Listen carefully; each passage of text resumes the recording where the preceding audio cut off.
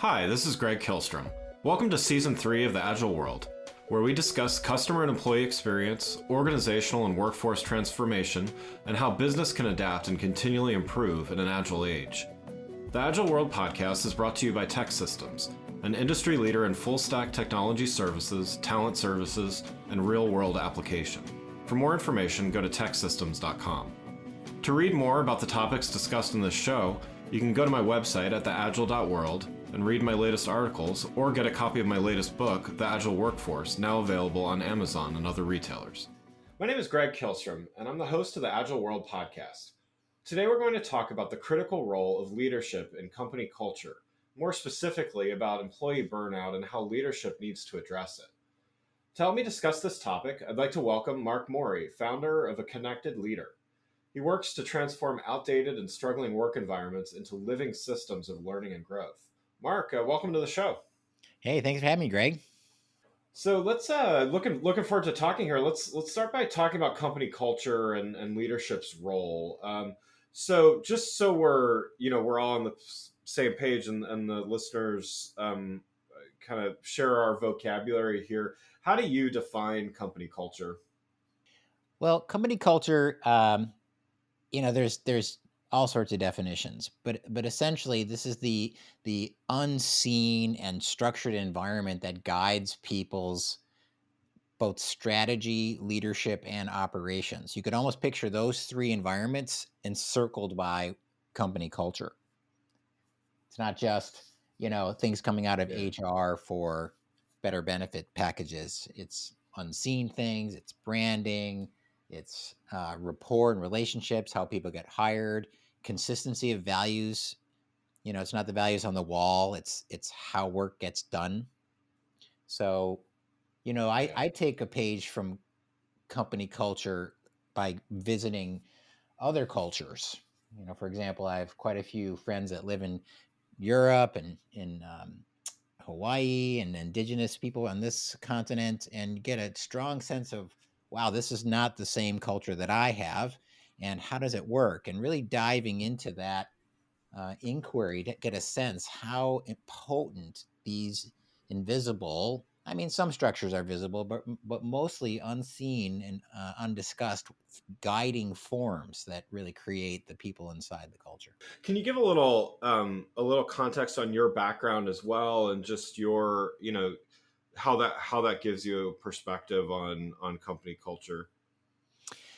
Yeah. So my last 25 years has been really seeking to answer a big question, which has to do with human connection and what does it take to have a community and a family that's raising children that are highly related to their environment, highly related to all the people around them, and developing themselves in the best way possible.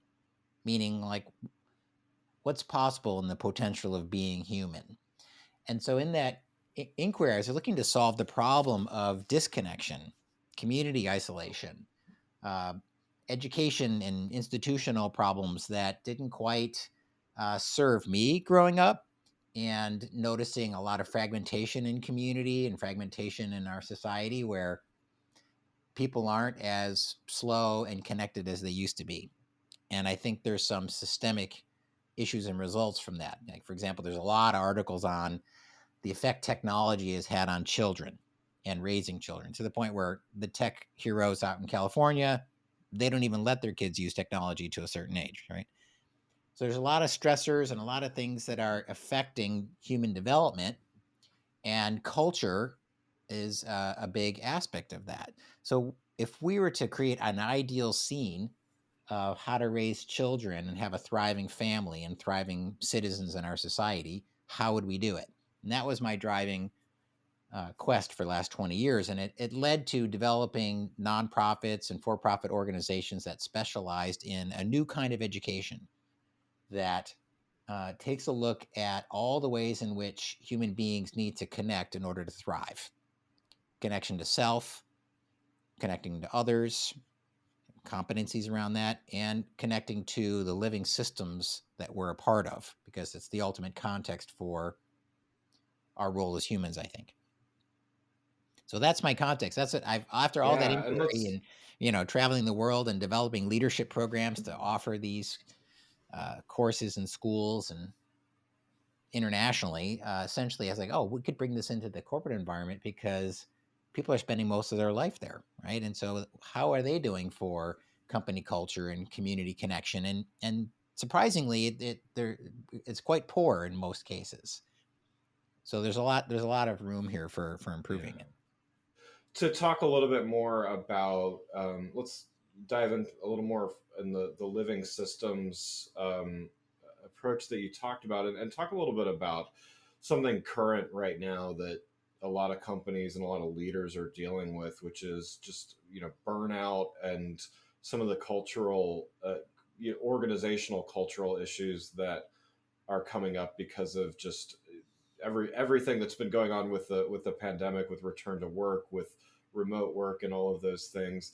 What do you think can be learned and adapted from living systems that applies to and potentially helps us find solutions for some of these challenges? Yeah, well, we're nested inside living systems, right? I mean, sometimes we might refer to it as nature, but it's not an abstract thing. We are part of the living system too, and developing an ability to observe how the living systems around us adapt to change.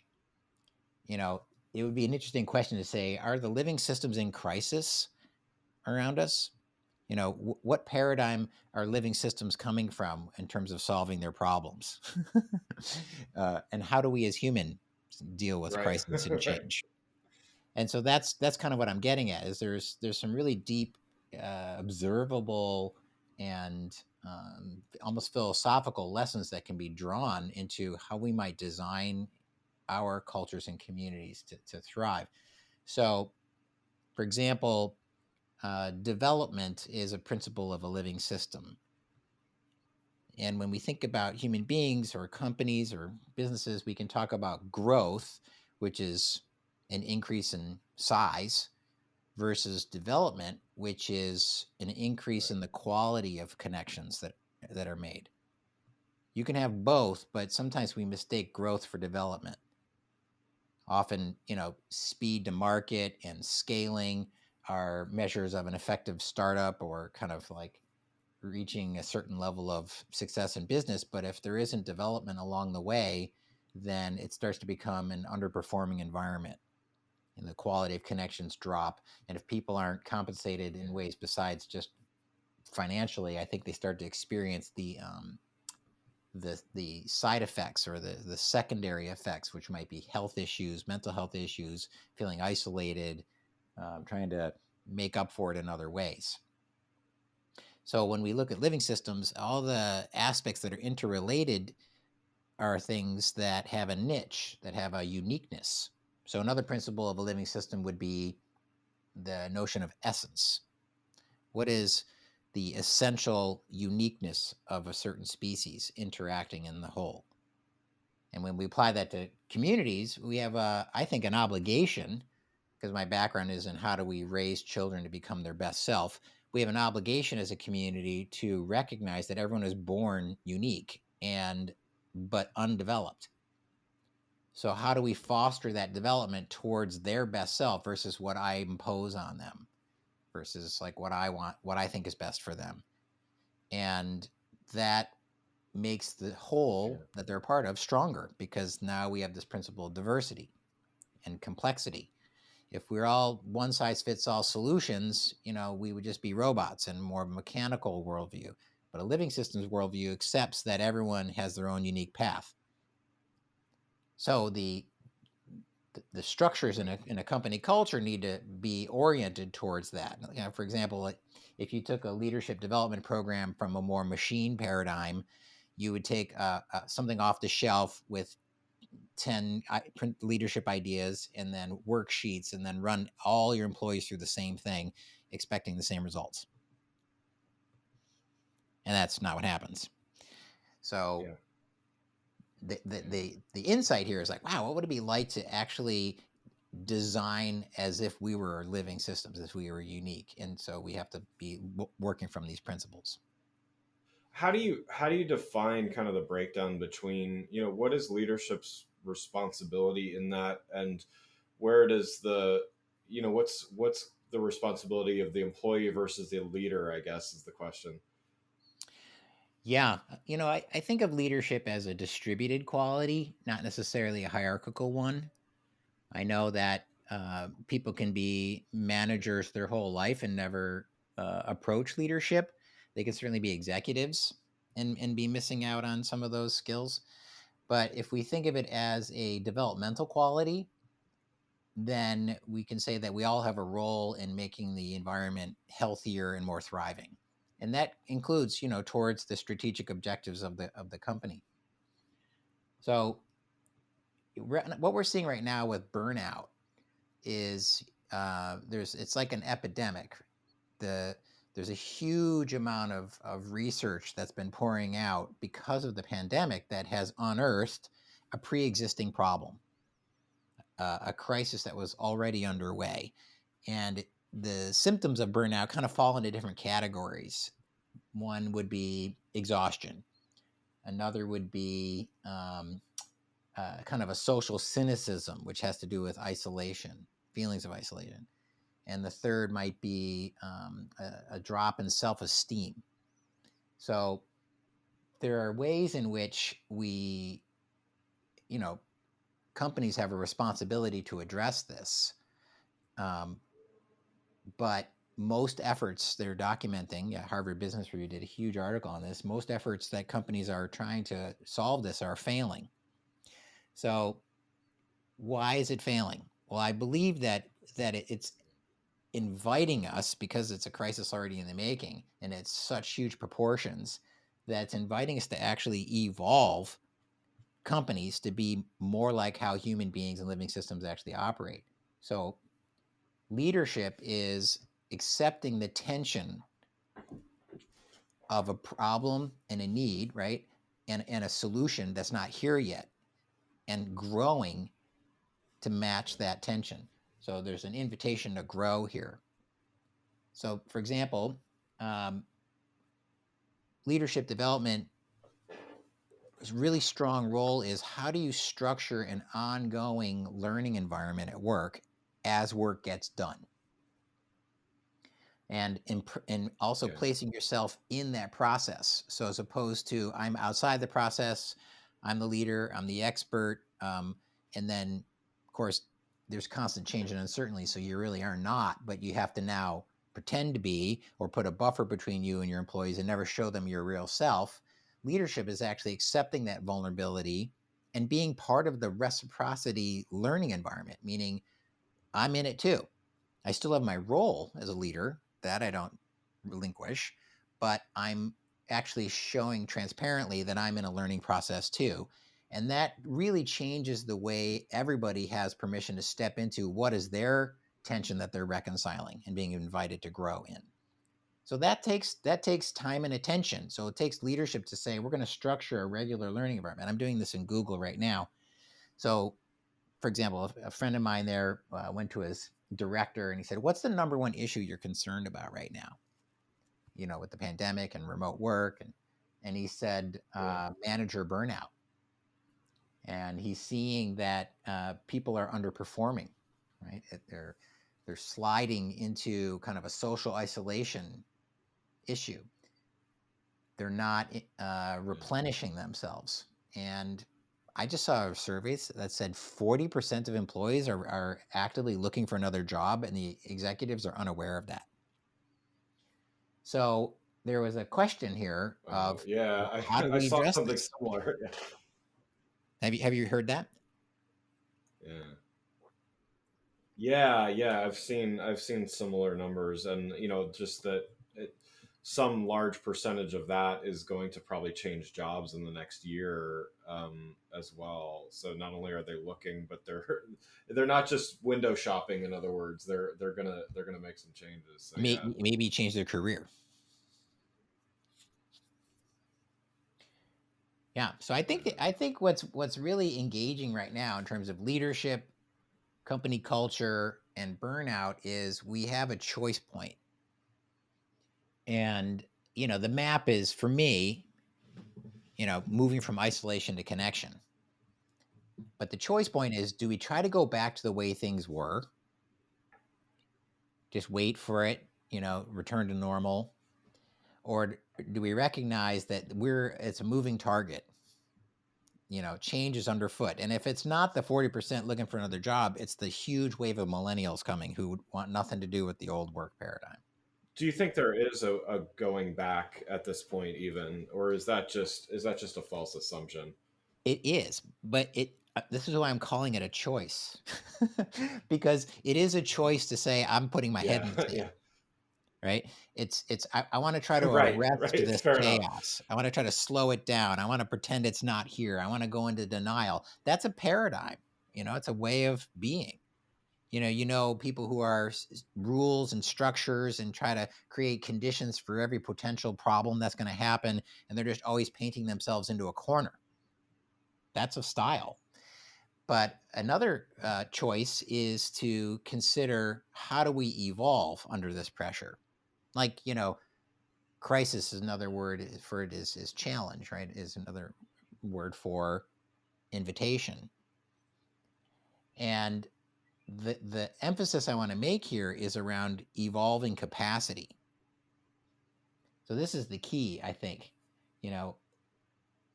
We don't like having to grow as people generally. It happens under pressure.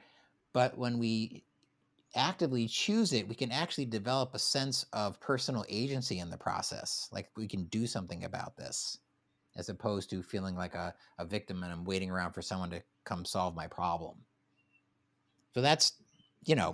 an upward spiral, right, of positive things that could be happening from this. Right. Do you have some specific actionable practices that that you can recommend? I mean, obviously, every organization is a little different, and whether they're a large, small, industry specific or whatever. But are there some general things that leaders can do that are that help mitigate some of this and or actively improve on some of these challenges?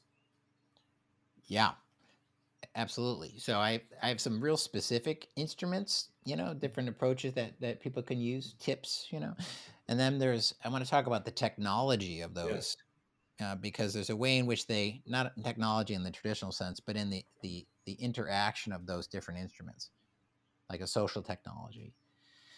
For example, we could quit our job, right, and try to move somewhere else and have something else happen, or quit our relationship. But often, if we don't grow from that event, we just repeat the same things that happen again. So we want to create a technology Yeah. that um, begins there's like three aspects that are super powerful. I'm going to call it a triad of self-mastery. And I think it can work at the organizational level as well. You certainly could do this in teams. So this is the framework, and then I'll give you the instruments. This is the technology. So the primary one is self-observing and building the capacity to self-observe. Because we can have a routine and a habit, but if we don't notice that we have one, we don't have access to changing it. And this is personal agency oriented. Where is the locus of control? Is it inside me or is it outside me? And it begins with noticing. So that requires a regular practice of inviting yourself to notice. How do you do that? Well, in a culture or a company culture or a community, you can set up structures for self-reflection. So I created a number of these in different companies. For about 4 years, I was in this tech company, and the COO, she was really sharp on proactive behaviors, because the best prevention, right? The best solution is prevention in all of this. How do you ride the wave of disruptions? So one of the best things you can put into place is not a prescriptive, fragmented program that begins and ends, but you just keep it in the culture ongoingly. So we developed these cross-functional self-reflection teams, where once a week they'd get together and I would walk them through some frameworks that cause them to observe their actual work challenges as well as their life challenges, because work life are integrating really tight right now, right? So in that process, Yeah. we developed a conversation between people in the room where they're not giving advice to each other. They're not coaching each other. They're really inviting, through open-ended questions, the other person to reflect on themselves and notice what is going on, what changes they made, and what they might want to do differently in that process. So that's the first part. The second part of the self-mastery triangle is self-remembering. Now, this one is particularly powerful because it's where you locate yourself. Do you ever feel like you've been lost? Feel like, I don't even know what I'm doing here. A friend of mine got promoted to a job after really working on this promotion, and he got there and he's like, is this it? Like, what am I doing? And certainly Right. social isolation can cause this kind of a feeling, but sometimes we just don't know how to get back to ourselves. So there is technology around how to self-remember, how to get back in alignment with, let's say, our purpose, right? And our uniqueness that I was saying before. So that's the second one. Yeah. And then the third, that really, you can now see how they fit together. Self-observe, self-remember, and the third is self-manage. This is kind of the agile holy grail, right? Self-managing teams, a culture of self-management. But the other two aspects are primary, because where is that self-management skill going to come from? Repeating from the past, or upgrading as you get to know your living system self, right? Because you're changing and shifting and noticing new things. Then your self-management has to change. So those three things is the technology that sets up the next couple of things I'm going to tell you about. But now this is where they get very specific. So when we set up these cross-functional self-reflection teams, I also did leadership retreats with this method, and we're going to do this with Google over Zoom even. There's three techniques we can use to create awareness. And then there are three that we can work with that create meaning making. And that's how you lead to understanding and processing what this new awareness you're experiencing is. If we only did self-observing, we really wouldn't get to self-managing, right? We have to notice and then make meaning out of that noticing. So the first kind of awareness raiser is gratitude. And a lot of people kind of give a cheaper version of what I think gratitude is really about. Gratitude is, for example, it's not thanking people for things. It's not acknowledgement. It's not even honoring, in a sense. It's gratitude, and its I think original practice is a voluntary act of humility, where you're acknowledging what you're dependent on and interdependent with, counting your blessings, so to speak. And in that moment, there's a feeling of reverence, maybe awe, humility. And those three qualities actually, they have an internal effect on how people view the world. And this is well studied. Gratitude and being thankful is actually super universal, even though, ancient humans didn't walk around and plan this. But you can go to any culture on the planet and they've got routines around this as a survival technology. Especially you go to native communities. Why is gratitude at the center of their survival community, so to speak? Because it shifts your perspective.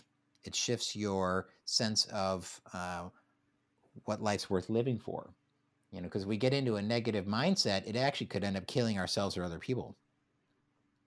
So gratitude is key, and I consider it a leadership instrument, because you have to mentally choose what you're going to focus on. Because I often don't feel grateful when I begin a gratitude practice. That's not what it's about. It's not waiting till I'm grateful. It's actually shifting my mind. Right. And then the upgrade is, what's that like when you do that with other people?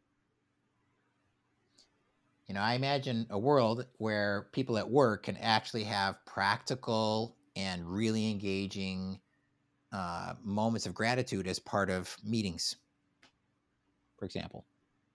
Because, meetings are killing people, right? Death by meetings. Imagine if gratitude was a protocol to opening and closing a meeting, which is how I run my company.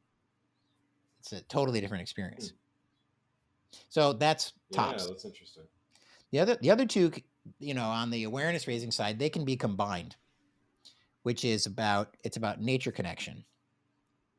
So this is a uniqueness that I think is unusual. I'm bringing the idea that human beings have evolved with the natural world since the beginning, and if we remove ourselves from it, then we're actually reducing our human development potential. We're actually not developing ourselves. Even if we take classes and we're reading books and we're, exercising in the gym, if we're not actually engaged outdoors in the natural world in an embodied, curious sense, there's something missing.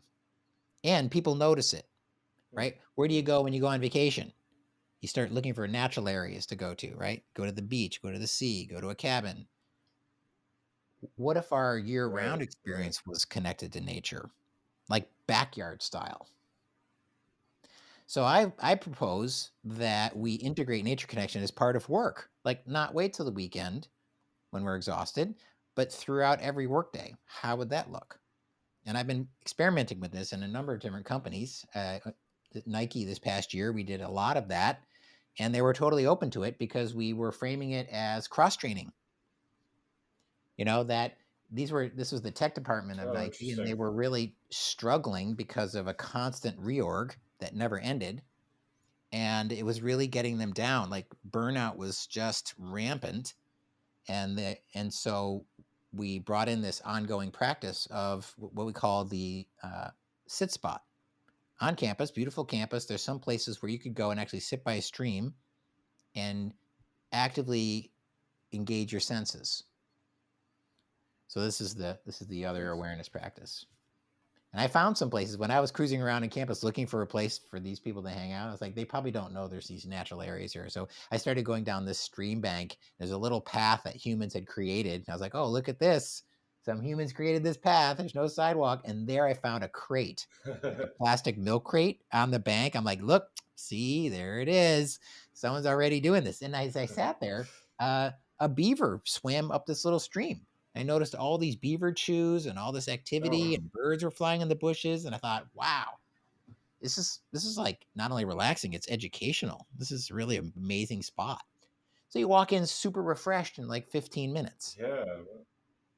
So those trio of things: gratitude, connecting to your senses, and the sit spot. Now, the second half of it is, how do you make meaning on that? And this is where we have to get into the power of reflection. So the first instrument is journaling, but not just journaling, it's journaling with good questions, where you rigorously walk through a series of questions that kind of take you back to the beginning of the day or back to the beginning of the week. And you could do that live, which is what I think increases the social aspect of this. You could do a journaling process with another person called Story of the Day, where the agreement is you're asking open-ended questions to engage the person's original thinking. Because if you ask a closed-ended questions, you get a yes or a no. Or sometimes you just get a single answer because you're making a statement. But when you ask an open-ended question, there's a big risk because you don't know what they're going to say. And they don't either. And what the best part about it is you can see on their face when you ask a good question, you say, oh, what happened to work today? Oh, this other thing. You say, oh, what was that telling you about yourself? What is that? How does it reflect on your past, quarter this year? What are you learning about this? And you see their eyes roll up and they go, oh, good question. Let's see. And if you have an agreement on that, work is fun because you're learning all the time, even from small, nuanced engages. Why did I react? Why did I do the same thing? Why am I waiting things to return to normal? Maybe we aren't returning to normal. Those kinds of things. And then lastly, tied in there, these are kind of a framework, so they're hard to separate, is the art of questioning. Yeah. This is a role that has an intentional approach to conversation where you're asking meaning-making questions, but you don't know what the result is.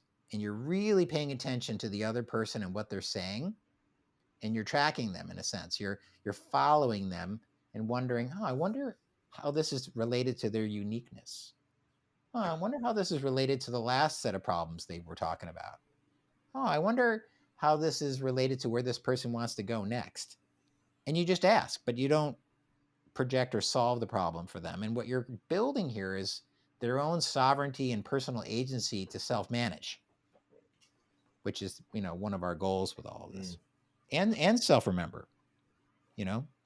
I think human beings are really an important part of remembering who we are.